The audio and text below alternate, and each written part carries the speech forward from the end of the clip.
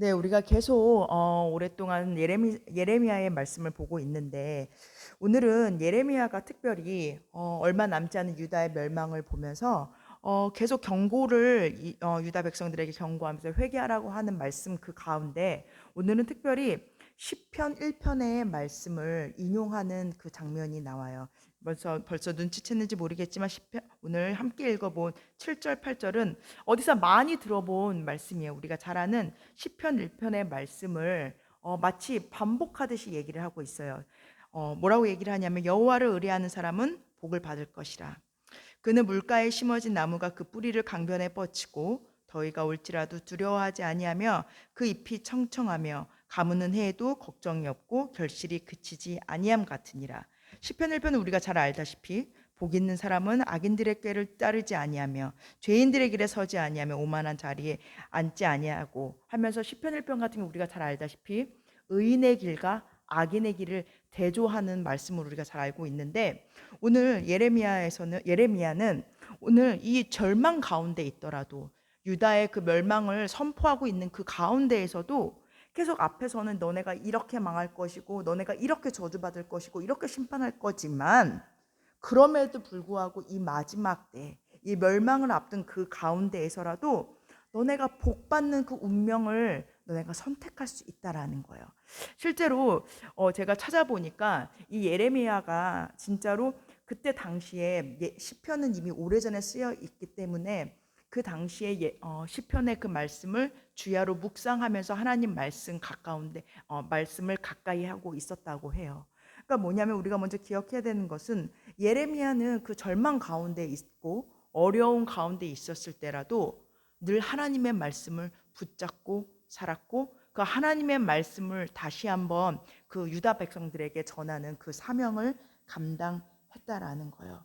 그래서 오늘은 예레미야서 그리고 시편의 말씀을 보면서 의인의 길, 악인의 길은 분명히 달라져 있는데 하나님 앞에서 의인은 어떤 운명을 맞게 되는지, 하나님 앞에서 악인은 왜 악인이고 왜 그 악인인 어떤 운명을 만나게 되는지 그 둘을 비교하면서 우리 역시 마지막 때라고 느껴지는 이때 또는 시기적으로 이 혼란스러운 그때에도 예레미야가 하나님의 말씀을 가까이 했던 것처럼 우리가 오늘 하나님의 말씀을 가까이 함으로 시대를 잘 분별하고 그 악한 가운데서라도 하나님 앞에서 의롭다고 우리가 인정받는 그런 시간 되기 원합니다.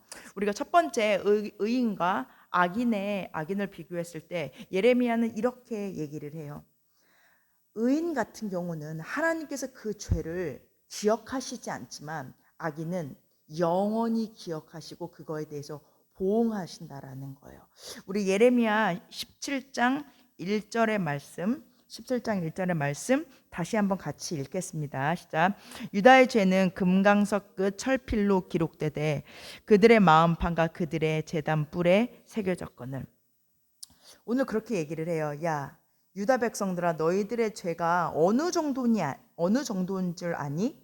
금강석 끝 철필로 기록되었대요. 여러분, 금강석은 우리가 잘 알다시피 다이아몬드보다 더 단단한 돌로 잘 알려져 있거든요. 그래서 보통은 바닥에 까는 아주 고급스러운 그 화석 중에 하나예요. 그런데 그 단단한 것으로 유다 백성들의 죄를 기록했다라는 건 뭘까요? 어떤 것으로도 지울 수 없을 만큼 그 유다 백성들의 죄가 심각하다라는 거예요.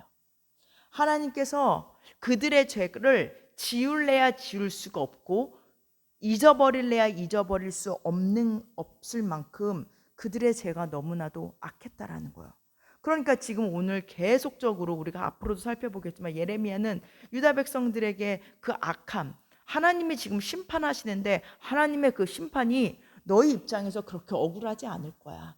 너희들이 여기까지 타락했고 여기까지 하나님을 떠났더라면 하나님이 이렇게 지금 유다의 멸망과 더 나아가서 바벨론의 포로로 끌려가는 그 심판이 너희에게 그렇게 억울한 일은 아닐 거야 라고 하면서 그들의 죄가 얼마나 심각한지를 지금 상기시켜 주고 있다라는 거예요. 그리고 우리가 지난번 열왕기상을 우리가 쭉 살펴봤을 때 우리가 봤지만 하나님은 여러 선지자들을 통해서, 여러 종들을 통해서 남북 할 것 없이 이스라엘 백성 전체들에게 회개할 기회를 계속 줬어요. 그러나 결국은 그들은 순간적으로 아주 잠깐은 하나님께 돌아오는 척 했을지 모르겠지만 결국 그들의 마음은 한 번도 온전한 회개를 드리지 않았기 때문에 지금 예레미야로 하여금 너희들의 죄는 지울래야 지울 수 없어 라고 말씀한다는 거예요. 여러분, 하나님이 우리의 죄를 기억하신다면 여러분 너무 소름 끼치지 않으세요? 우리는 너무 죄 가운데 살다 보니까 사실 내 죄도 까먹을 때가 너무 많거든요. 오히려 악한 본성인지라 다른 사람의 죄에 대해서, 다른 사람들의 과오에 대해서는 막 기억하지만 내가 내 죄에 대해서는 우리가 잊고 산다는 거예요. 그런데 하나님께서 만약 우리의 죄를 낱낱이 기억하고 기록하신다면, 그래서 그것을 지울 수 없다면 어느 누가 하나님 앞에 마지막 때에 설 수 있겠냐라는 거예요. 그런데 오늘 하나님께서는 예수 그리스도로 하여금 우리에게 말씀하시는 건 뭐냐면, 너희들이 죄가 그렇게 지울래야 지울 수 없을 만큼 너무나도 크고 너무 그 죄가 너무나도 깊지만, 그래서 오늘 본문에서 이렇게 말해요. 너희들의 2절에 볼게요. 그들의 자녀가 우상을 섬긴대요. 여러분, 이게 뭘 말하는 걸까요?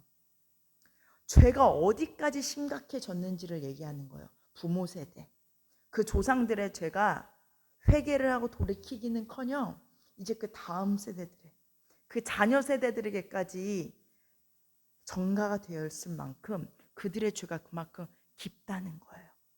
어떻게 보면 소망이 없다라는 거죠. 그러나 여러분, 우리에게는 좋은 소식이 있다라는 거예요.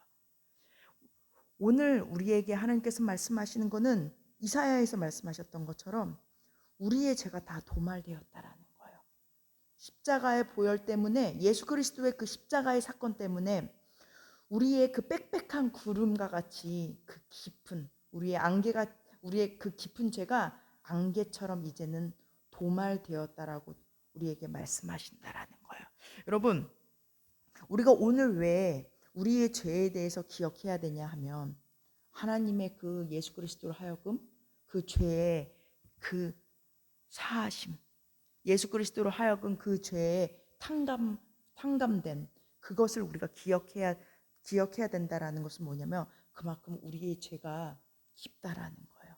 그리고 이제 하나님 앞에 오늘 우리가 나가면서 착각하지 말아야 되는 거는 뭐냐면, 우리의 행위, 우리의 태도가 하나님 앞에서 나아갈 수 있을 만큼 떳떳하게 흠도 없고 점도 없는 모습이어서 오늘 우리가 이 말씀을 듣고 이 예배 가운데 나올 수 있는 것이 아니라, 사실은 여전히 십자가의 그 보혈 때문에, 사실 오늘 이 유다 백성들처럼 금강석 끝철필로 기록될 수밖에 없는 그들의 죄가 사실 오늘 우리의 죄인데도 불구하고 예수 그리스도 때문에 우리는 그 죄가 다 탕감받을 수 있었다는 것을 매번 하나님께 나올 때마다 우리가 기억할 때 그 은혜를 온전히 깨닫는 자일 줄 믿습니다. 그래서 이제 우리는 악인이었지만, 한때 예수를 몰랐을 때는 악한 사람들이었지만, 예수 그리스도 안에서 하나님께서 의롭게 봐주신다라는 거예요.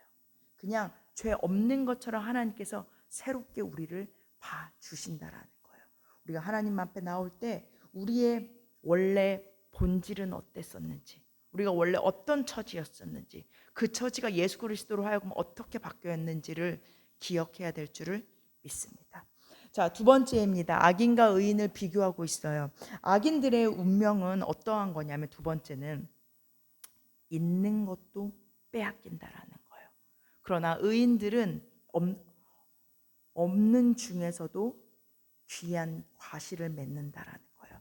우리 예레미야의 말씀 계속 읽겠습니다. 4절 말씀 같이 읽겠습니다. 시작. 내게 준 내 기업에서 내 손을 뗄 것이며 또 내가 너로 하여금 너의 알지 못하는 땅에서 내 원수를 섬기게 하리니 이는 너희가 내 노를 맹렬하게 하여 영원히 타는 불을 일으켰습니다. 네, 우리 앞절의 말씀만 전반부만 조금 집중해서 볼게요. 있는 것도 빼앗는다는 게 뭐냐면 오늘 이렇게 얘기를 해요. 내가 분명히 너희에게 준 기업이 있었어. 내가 너희 손에 준 어떤 소산물이 있었어. 어떤 유업이 있었어. 근데 있잖아. 이제 너네 손을 떼버릴 거야.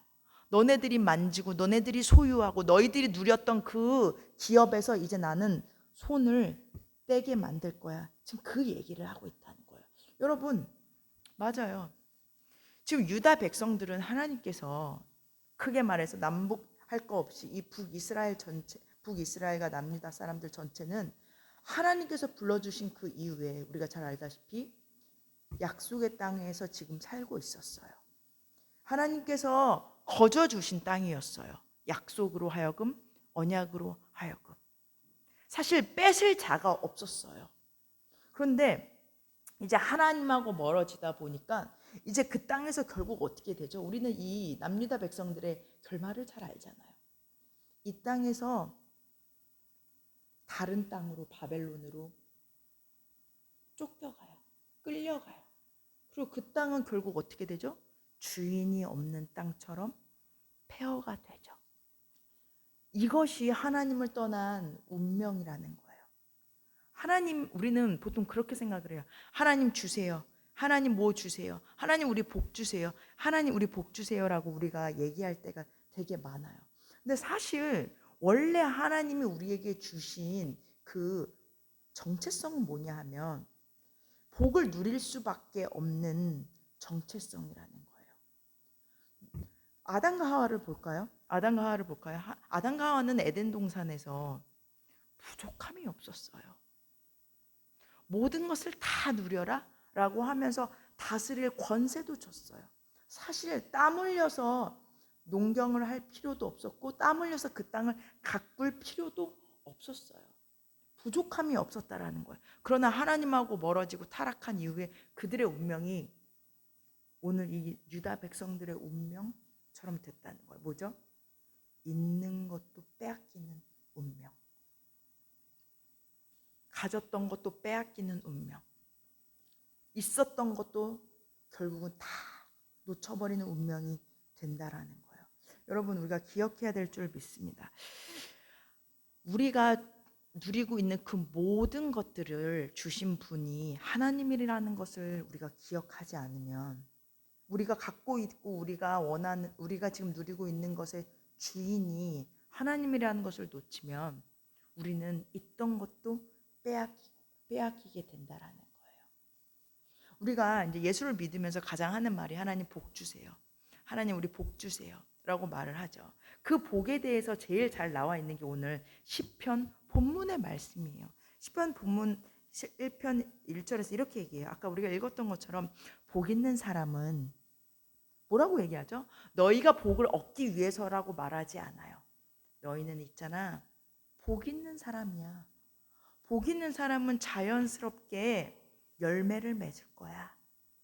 복 있는 사람은 당연히 그 잎사귀가 마르지 않을 거야. 근데 여러분 이 복에 대해서 우리가 근데 잘 알아야 돼요. 이 복이라는 단어가 어떤 단어냐면 똑같이 사용된 단어가 있어요. 신약에 나온 그 산상수훈에서 나온 말이에요. 뭐라고 하죠? 산상수훈에서 예수님께서 이렇게 말씀하시잖아요. 애통하는 자는 복이 있나니 눈물 흘리는 자는 복이 있나니. 여기서 그 복이 여기서 사용된 이 시편에서 사용된 복과 똑같아요. 근데 예수님이 사용하신 그 복은 세상 사람들이 원하는, 세상 사람들의 기준에 봤을 때 좋은 것을 복이라고 말하지 않는다는 거예요.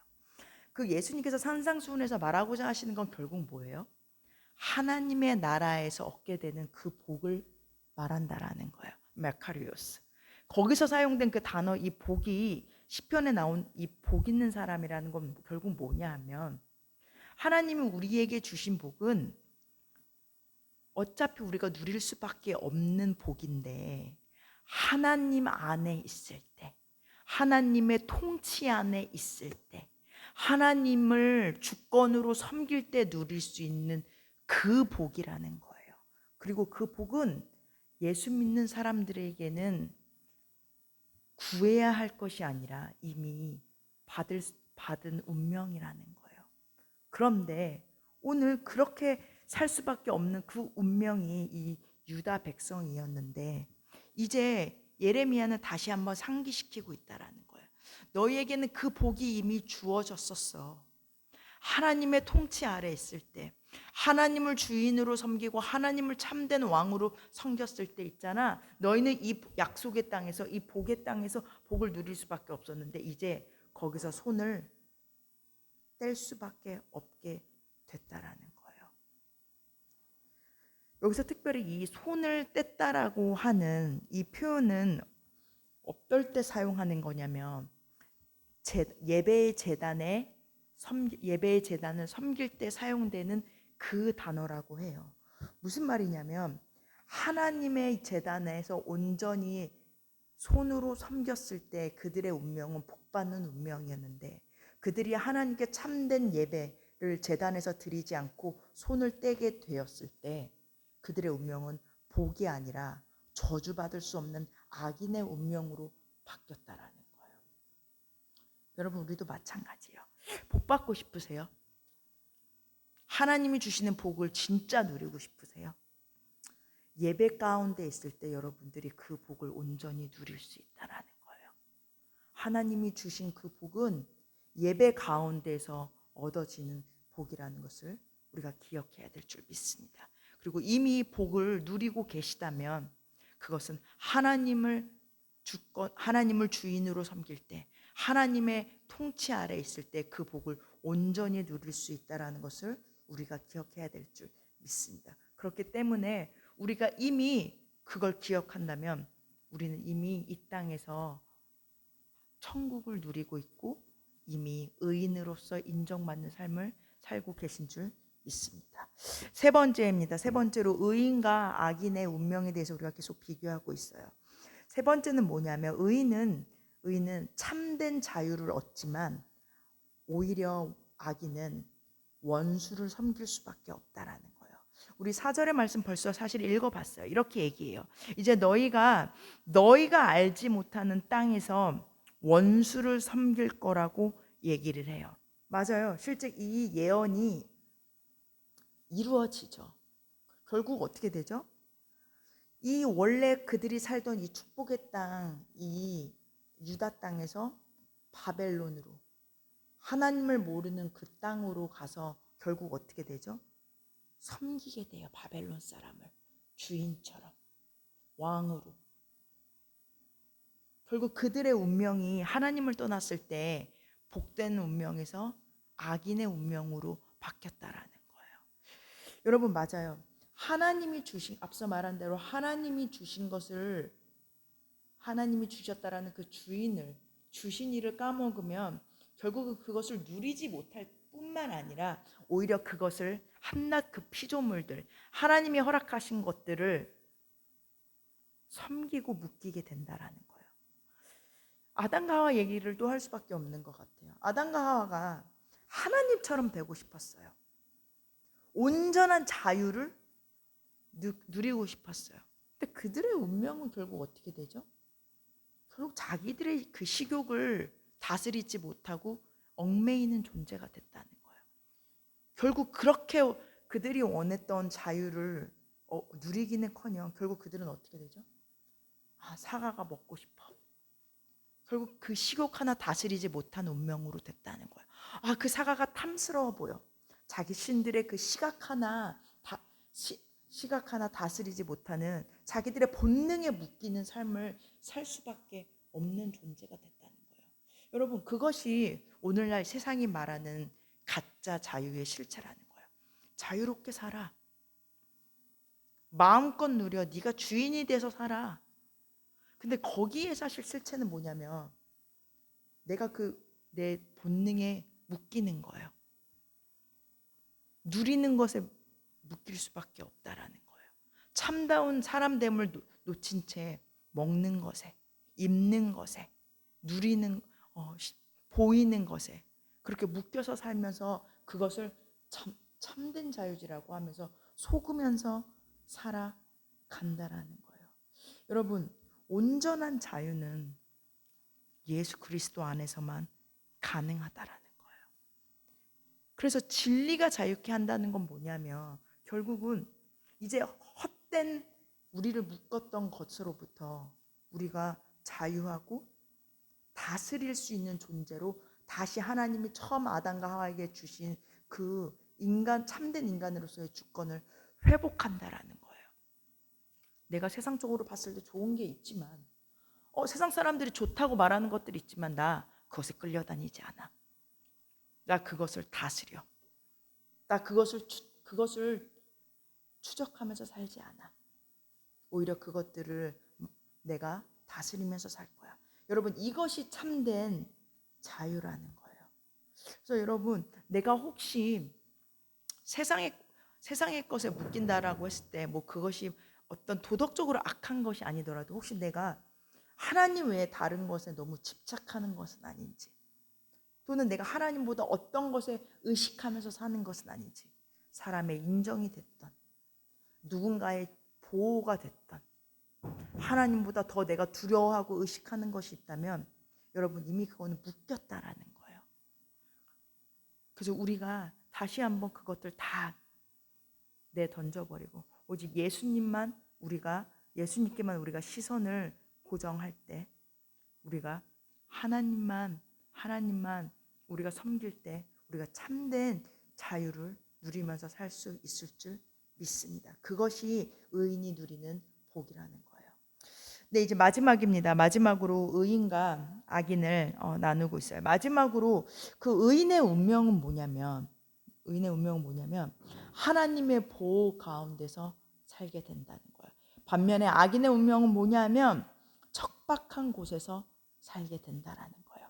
우리 6절의 말씀 같이 읽겠습니다. 시작.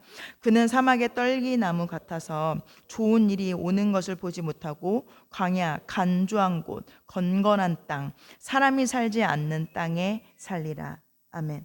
여러분, 사막의 떨기나무는 무슨 열매가 있겠어요? 무슨 열매가 있겠냐고요. 실제로 이 떨기나무라는 이 단어의 어원을 보면 텅 빈, 공허한 이런 의미를 가지고 있대요. 그러니까 뭐냐 하면 열매를 맺기는 맺는데 공허한 것들, 먹을래야 먹을 수도 없고 짐승들에게 줘도 아무 쓸데없는 그런 텅 빈 열매, 허황된 열매, 공허한 열매만 맺게 된다라는 거예요. 그리고 이 떨기나무의 또 다른 어원을 가지고 있는 것이 뭐냐면 아라라는 단어로 그 히브리어로 소리가 비슷한데 그 아루라는 단어의 어원은 뭐냐면 저주라는 뜻을 가지고 있대요. 그러니까 뭐냐면 이 떨기나무라는 건, 이 사막의 떨기나무라는 건 뭐냐면 저주받은 운명이라는 거예요. 자, 그렇다면 왜 저주받은 운명이냐면 앞서 말한 대로 4절에서 말했듯이 그 알지 못하는 땅에 가서 산다는 거예요. 알지 못하는 땅이 뭐예요? 하나님의 보호가 없는. 여러분, 우리가 알다시피 이스라엘 백성들은 광야 가운데서도 구름 기둥과 불 기둥으로 하나님의 임재와 하나님의 보호를 받으면서 살았었어요. 그 조상들이 왜 그토록 가나안 땅에 들어오고 싶었어요? 젖과 꿀이 흐르는 땅이었었어요. 사실 이것이 그들에게 주어진 복이었고 그것이 하나님이 그들에게 예비해 놓으신 터전이었다는 거예요. 근데 이제 예레미야는 말하고 있는 거야. 자, 봤지? 너희가 그렇게 좋은 복을 누릴 수밖에 없는, 선택한 의인으로서의 운명을 살 수밖에 없는 민족이었는데 이제 너희가 하나님을 떠난 그 결과는 뭐냐면 하나님 없는 땅, 하나님의 보호하심이 없는 땅, 젖과 꿀이 흐르기는커녕 저주받은 땅, 떨기나무만 무성한 그런 사막과 같은 곳에서 너희가 살 수밖에 있다라는 거예요. 그렇게 경고하고 있다라는 거예요. 그리고 특별히 여기서 이 광야 간조한 곳, 건건한 땅이라는 거는 그냥 뭐 안 좋고 황폐한 땅을 설명하는 그 땅을 말하지 않는데요. 구체적으로 이 땅이 어떤 땅이냐면 예레미야가 말했을 때 사해 근처에 있는 어떤 사막의 땅을 말했대요.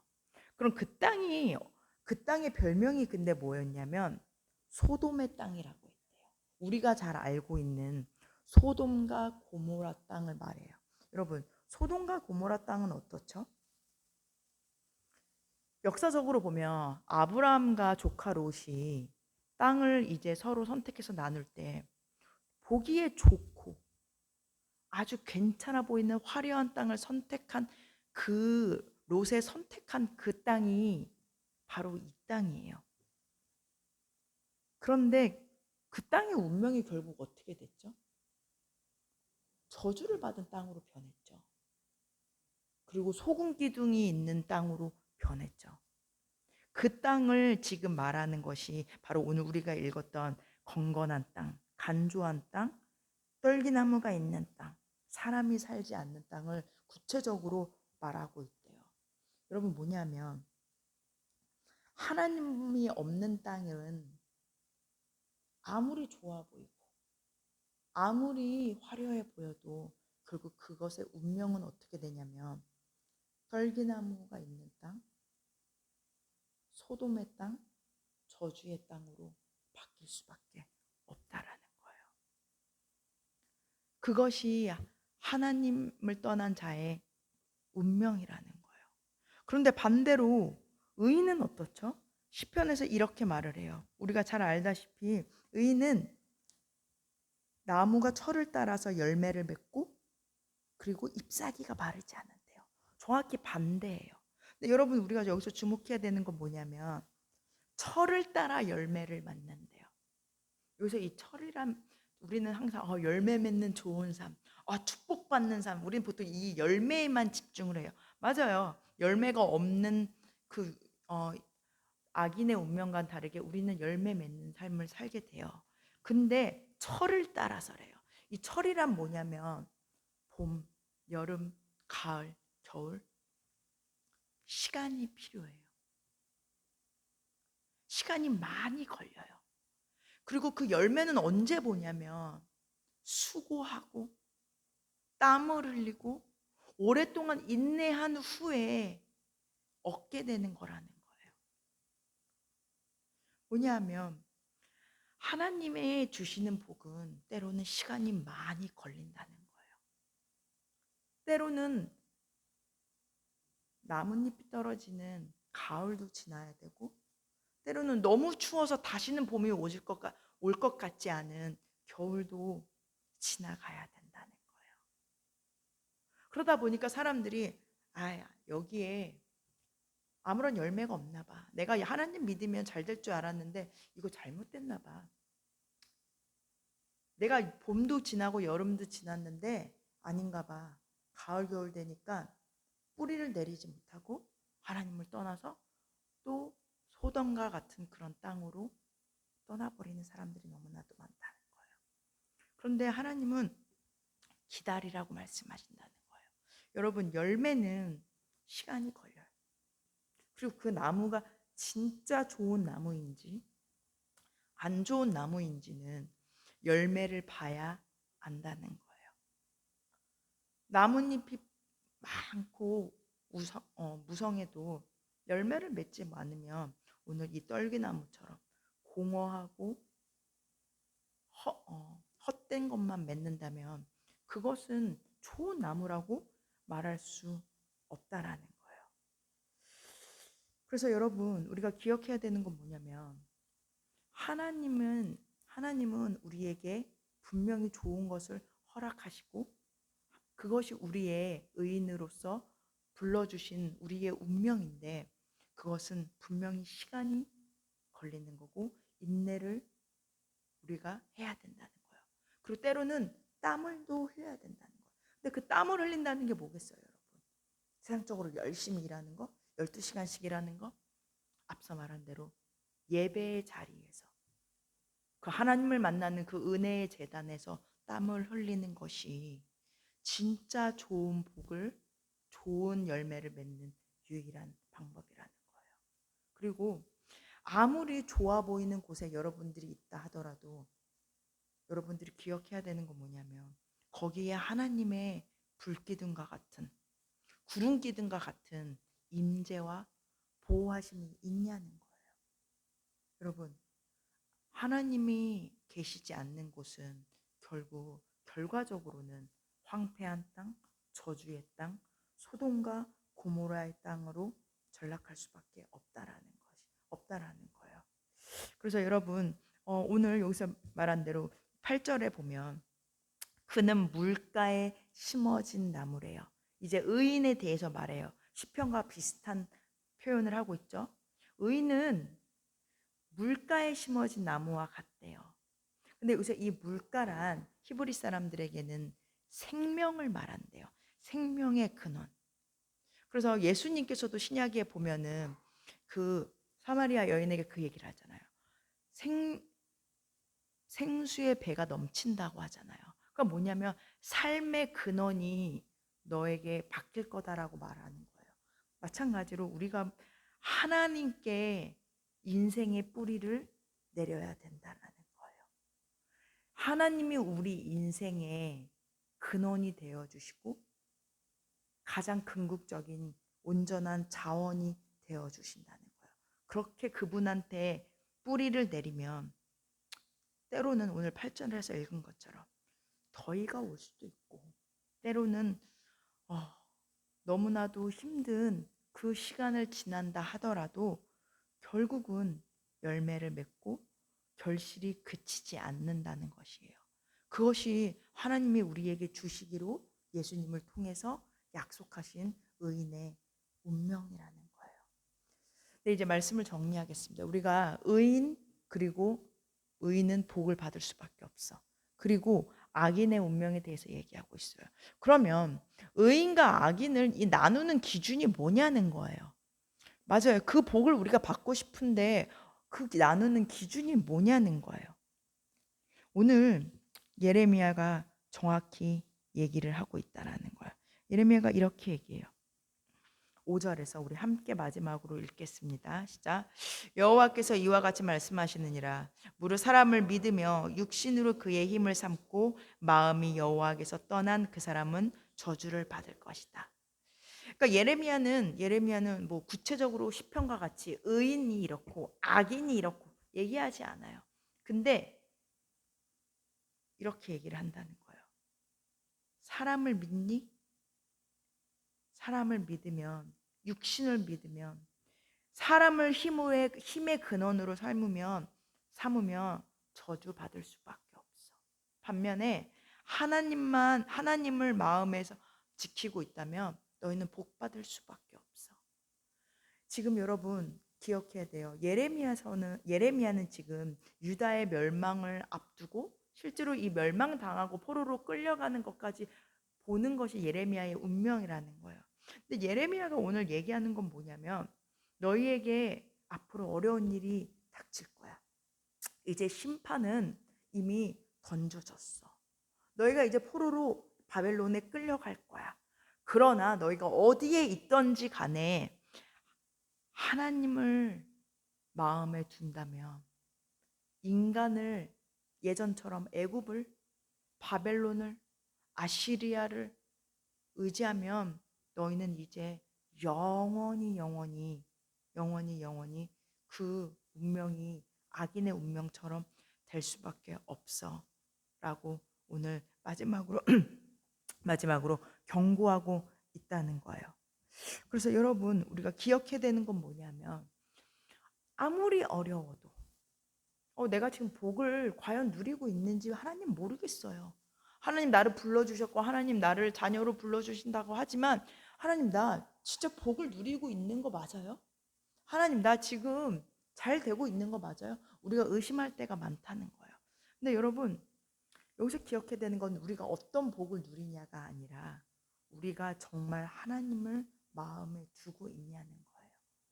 그렇다면 세상 사람들이 봤을 때는 우리가 절대 복받은 것처럼 보이지 않더라도 하나님 눈에는 우리가 복받은 의인으로서 비춰진다라는 거예요.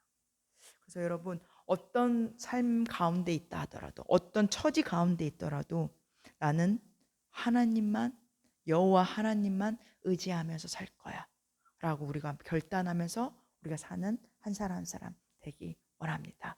우리 잠깐 말씀 붙잡고 기도한 후에 예배 마치겠습니다.